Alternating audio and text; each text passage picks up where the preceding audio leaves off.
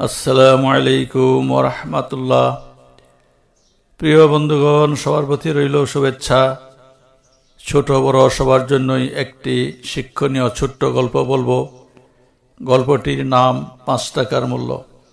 মরিয়মের বয়স মাত্র 10 বছর। সে অত্যন্ত মেধাবী, বুদ্ধিমতী ও পরিশ্রমী মেয়ে। স্কুল থেকে ফিরে এসে মায়ের কাজে সাহায্য করে, সময় পেলে বান্ধবীদের সাথে আড্ডা দেয়। একদিন স্কুল থেকে ফেরার পথে এক বৃদ্ধা মহিলাকে রাস্তার পাশে খুবই হতাশা ও দুশ্চিন্তাগ্রস্ত অবস্থায় দেখতে পেল। বৃদ্ধা মহিলার সাথে একটি তরকারি ভর্তি ব্যাগ দেখতে পেল। মরিয়ম কৌতূহলী হয়ে বৃদ্ধার কাছে গিয়ে বলল, কি দাদিমা, আপনি অসময়ে রাস্তায় কেন বসে আছেন? বৃদ্ধা বলল, মা, বাড়িতে আমার ছেলে অসুস্থ, তাই আমি বাজার করতে এসেছি। বাজার করতে হাতের সব টাকা শেষ হয়ে গেছে। এখন অটোওয়ালা আমাকে টাকা ছাড়া নেবে না। আমার গায়ে এত বল নাই যে এই ব্যক্তি নিয়ে হেঁটে যাব, তাই নিরুপায় হয়ে রাস্তায় বসে আছি। বৃদ্ধার কথা শুনে মরিয়মের বুকটা যেন কেঁপে উঠল। মরিয়ম ভাবতে লাগলো কি করা যায়।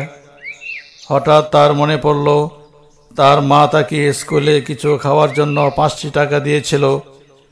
সে কাল বিলম্ব না করে তাহার কাছে থাকা 5টি টাকা অসহায় বৃদ্ধকে দিয়ে দিল এবং একটি অটো দাঁড় করিয়ে বৃদ্ধাকে ধরে বাজারের ব্যাগ সহ অটোতে উঠিয়ে দিল। মেয়েটির এমন সুন্দর ব্যবহার দেখে বৃদ্ধার চোখে জল চলে আসলো।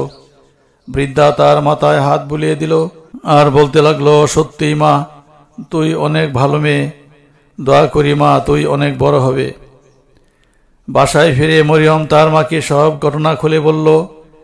মা মরিয়মকে বুকে জড়িয়ে ধরল এবং বলতে লাগলো, মা, তুই আজ যে মহৎ কাজ করেছিস সেটাই সবচেয়ে বড় অর্জন। অল্প টাকা দিয়েও অনেক বড় ও মহৎ কাজ করা যায়, এটাই তার প্রমাণ। পয়সা বড় নয় মা, ভালো কাজই সবথেকে মূল্যবান। শিক্ষণীয় উপদেশ, তোমার সামান্য মহানুভবতায় একজন অসহায় মানুষের অনেক বড় উপকার হতে পারে। বন্ধুগণ, গল্পটি এখানে সমাপ্ত হলো। কেমন লাগলো কমেন্টে জানাবেন। সবাইকে ধন্যবাদ জানিয়ে ক্ষান্ত করলাম। আল্লাহ হাফেজ।